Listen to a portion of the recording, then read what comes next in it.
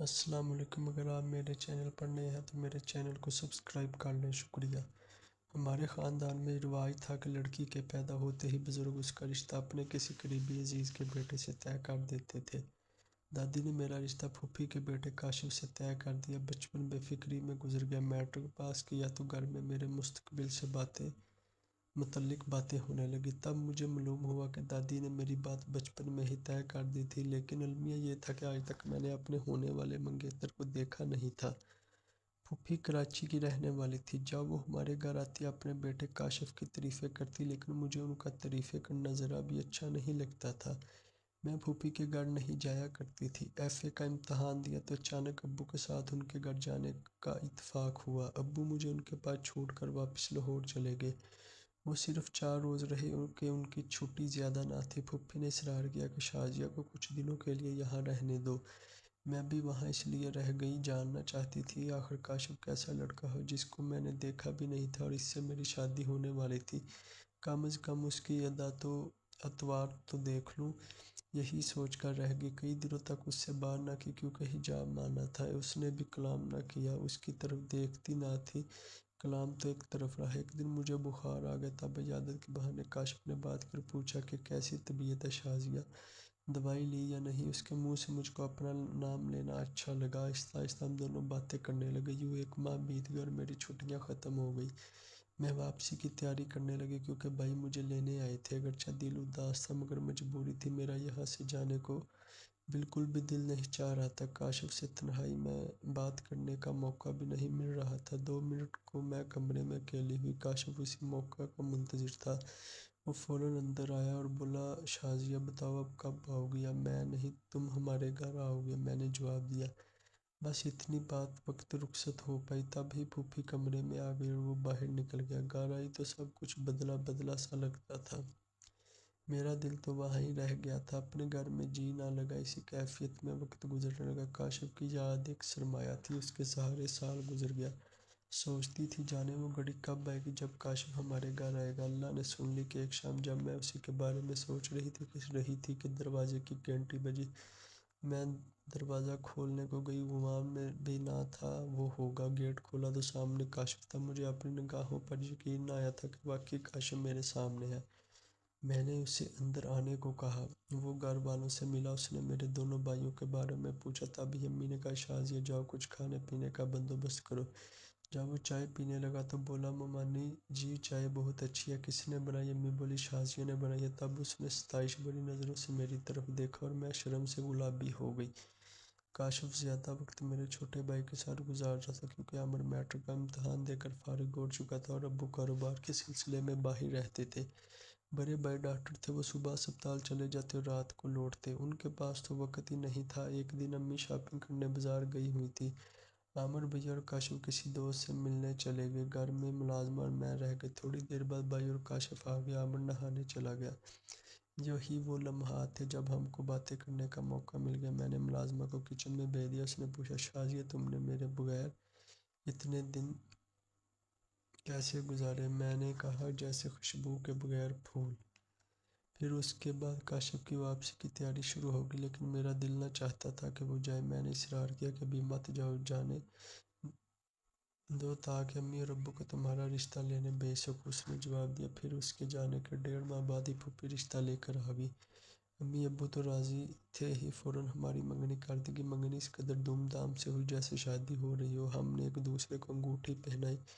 اس کا کوئی بھائی نہ تھا، بس 3 بہنیں تھیں جو منگنی پر بہت خوش نظر آ رہی تھیں۔ خاصے کھاتے پیتے لوگ تھے، ان کی اپنی فیکٹری تھی جہاں کپڑا بنتا تھا۔ منگنی کے بعد کاشف سے میرا رابطہ فون پر رہنے لگا۔ ہم گھنٹوں باتیں کرتے۔ وہ ہمیشہ جتلاتا تھا کہ کبھی مجھ سے بے وفائی نہ کرے گا، کبھی دوسری شادی نہ کرے گا۔ کہتا کہ تم ہی میری کل کائنات ہو، میری زندگی کی سب سے بڑی خوشی ہو۔ وہ دن بھی آ گئے جب میں رخصت ہو کر ان کے گھر آ گئی۔ شادی کی پہلی رات ہم نے وہ تمام محبت کی چھوٹی چھوٹی باتیں یاد کی۔ 2 سال ہنسی خوشی پلک جھپکتے گزر گئے۔ پھر خدا نے مجھے چاند سا بیٹا دے دیا۔ اس لحاظ سے خوش قسمت تھی کہ ساس سسر بھی مجھے چاہتے تھے۔ وہ اپنے پوتے پر جان نثار کرتے تھے۔ ایک دن وہ بیٹی کے گھر ملنے راولپنڈی جا رہے تھے۔ راستے میں ایک ٹرک سے ان کی گاڑی کی ٹکر ہو گئی اور موقع پر ہی اللہ کو پیارے ہو گئے۔ یہ خبر بہت اندو ناک تھی، میرے پاؤں تلے سے زمین نکل گئی اور میں بے ہوش ہو گئی۔ وقت کے ساتھ ساتھ ہر غم کا زخم مندمل ہو جاتا ہے۔ میں بھی رفتہ رفتہ سنبھلنے لگی، اس غم سے نکلنے لگی۔ کاشم مگر ابھی تک بہت زیادہ گرفتار تھا۔ ماں اور باپ دونوں کا شفیق سایہ ایک ساتھ ان کے ساڑھ سے اٹھ گیا تھا۔ ان کا دکھ بہت گہرا تھا۔ دل بہلانے کو وہ کچھ دنوں کے لیے اپنے دوست کے پاس دبئی چلے گئے۔ کاشف پہلے بہت خوش گفتار اور ہنس مکھ ہوا کرتے تھے، اب سنجیدہ ہو گئے، بدلے بدلے سے لگتے، گھر بھی دیر سے آتے، کسی دن تو غائب ہو جاتے اور 2-3 روز تک نہ لوٹتے۔ میں کافی پریشان ہوتی، پوچھتے، کہتے کہ کاروبار کی مصروفیات رہتی ہیں، پہلے تو ابو سب سنبھال رہے تھے، اب تمام ذمہ داریاں مجھے اکیلے پر آ پڑی۔ وقت دینا پڑے گا ورنہ فیکٹری کے امور کیسے چلا پاؤں گا، یہ ٹھوس دلائل تھے۔ میں خاموش ہو جاتی تھی۔ رفتہ رفتہ وہ گھر سے کٹنے لگے، مجھ سے دوری بڑھ گئی۔ ایک بیٹی ہو گئی، 2 بچوں کی مصروفیات نے مجھے خوب گھیر لیا۔ وہ کئی دن تک نہ آتے تھے، مجھے پرواہ نہ ہوتی، میں اپنے بچوں میں مگن تھی۔ خبر نہ تھی کہ فیکٹری کے بہانے وہ اپنا نیا گھر بسائے ہوئے ہیں اور میری زندگی میں بھوچال آنے والا ہے۔ ایسا تو کبھی سوچا بھی نہ تھا کہ کاش مجھ پر جان نچھاور کرتے تھے، میرے ساتھ بے وفائی بھی کر سکتے تھے۔ ہوا یوں کہ جن دنوں محفل کر رہی تھی، ہماری کلاس میں ایک لڑکی نے داخلہ لیا جس کا نام زرگل تھا۔ یہ نہایت حسین لڑکی تھی اور شمالی علاقہ جات سے تعلق رکھتی تھی۔ اس کی سرخ و سفید رنگت اور مثالی قد و کاٹ، سنہرے بال اور خوبصورت ستاروں جیسی دمکتی آنکھیں دیکھنے سے تعلق رکھتی تھی جو اسے دیکھتا رہ جاتا۔ اور پڑھائی میں کمزور تھی، جبکہ میں شروع سے لائق طالبات میں شمار ہوتی تھی، لہٰذا کلاس کی پاپولر لڑکی تھی۔ ہماری لیکچرار پڑھائی میں کمزور کسی بھی لڑکی کو میرے پاس بٹھا دیتی اور کہتی، شازیہ اس کی مدد کرو۔ ایسا ہی اب ہوا، ٹیچر نے زرگل کو میرے پاس بٹھا دیا۔ چونکہ وہ فطرتاً اچھی لڑکی تھی، میری اس کے ساتھ دوستی ہو گئی۔ پڑھائی کے علاوہ ہم گھنٹوں باتیں کرتے، ساتھ کھاتے پیتے اور ہنسی مذاق کرتے۔ ایک دن وہ کالج آئی تو بہت پریشان تھی۔ پریشانی کی وجہ پوچھی تو اس نے بتایا کہ میرے رشتے کے لیے 2 عورتیں روز آ رہی ہیں اور وہ انکار نہیں سننا چاہتی۔ یہ کون لوگ ہیں؟ میں نے پوچھا۔ یہ تو خبر نہیں، لیکن بہت امیر ہیں، جہیز بھی نہیں مانگ رہے۔ ان کی باتوں سے لگتا ہے کہ جیسے وہ مجھ پر بہت مہربان ہے۔ تم کو خوشی ہے؟ اس سوال پر وہ بولی، پتہ نہیں۔ تب ہی میں نے جانا کہ زرگل بھی خوشی محسوس کر رہی ہے۔ آخر کو وہ لڑکی تھی اور ہر لڑکی کے دل میں کسی اچھے گھر کی بہو بننے کی آرزو ہوتی ہے۔ والدین نے اس کی مرضی پوچھی تو اس نے سر جھکا لیا، یوں اس کی منگنی ہو گئی۔ ایک دن آیا کہ ہم دونوں نے رابطہ منقطع ہو گیا۔ میں اس کی شادی پر بھی نہ جا سکی، کالج کی ایک مباحثہ میں شرکت کرنا تھی، لہٰذا اس کی تیاری میں اپنی بہترین دوست کی شادی میں نہ گئی۔ اس کے بعد میری کاشف کے ساتھ شادی ہو گئی۔ اپنی گھرداری میں اتنی مصروف ہوئی کہ یہ سوچنے کا موقع بھی نہ ملا کہ زرگل کہاں گئی۔ شادی کے 4 سال بعد مجھے اپنی نند کی بچی کو اسکول میں داخل کرانا تھا۔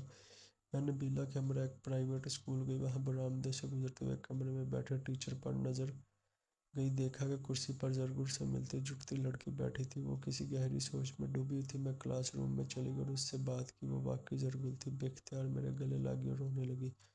ہم کلاس روم سے باہر آ گئے، میں نے اس سے حال دریافت کیا، مجھے اسٹاف روم لے آئی جو اس وقت خالی تھا۔ میری نند معلومات کے لیے ہیڈ مسٹریس کے آفس چلی گئی اور زرگل بتانے لگی کہ جن امیر لوگوں کے جہاں اس کا رشتہ ہوا وہ دراصل شکاری لوگ تھے جو خوبصورت اور کم سن لڑکیوں کو ڈھونڈتے اور رشتہ کر کے بیاہ لیتے اور پھر دبئی وغیرہ لے جا کر ان سے غلط کام کراتے تھے۔ انہوں نے میرے ساتھ بھی ایسا ہی کیا۔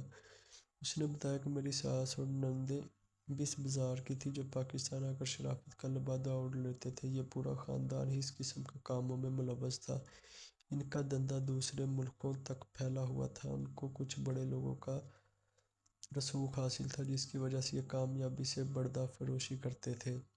ایک دن وہی ہوا جو ہونا تھا، انہوں نے مجھے بھی سراہ پر لگانا چاہا۔ جب میں نے انکار کیا تو سخت تشدد کیا۔ جس مرد نے مجھ سے نکاح کیا وہ اسی طرح عورتیں لاتا اور پھر ان کی خرید و فروخت کی جاتی تھی۔ میری خوش قسمتی کہ ایک دن کسی دوست کے ساتھ ایک شخص آیا جو شریف آدمی تھا، اس میں غیرت تھی، اس نے مجھے پسند کیا اور جب تنہائی میں سرائی میں رونے لگی اس نے ہمدردی سے میرا حال دریافت کیا۔ میں نے رو رو کر آپ بیتی سنائی، تب اس کو مجھ پر رحم آ گیا اور جانے کن مشکلات کے بعد اس نے مجھے ان ظالموں کے چنگل سے نکالا، مجھ سے نکاح کیا اور دبئی سے پاکستان لے آیا۔ وہ شادی شدہ اور 2 بچوں کا باپ ہے، زیادہ تر اپنی پہلی بیوی اور بچوں کے پاس رہتا ہے، میرے پاس 1-2 دن کے لیے آتا ہے۔ اس کا وسیع کاروبار ہے، اس کو اپنے کام کو بھی وقت دینا ہوتا ہے۔ میں تنہائی کی وجہ سے اداس ہو جاتی تھی تو میرے شوہر نے مجھے مشورہ دیا، تم اسکول میں ملازمت کر لو، جو تمہارا دل بہل جائے گا۔ تب ہی میں اسکول میں پڑھانے آ جاتی، کیونکہ میرے خاوند نے اسکول کے نزدیک ہی گھر لے دیا جہاں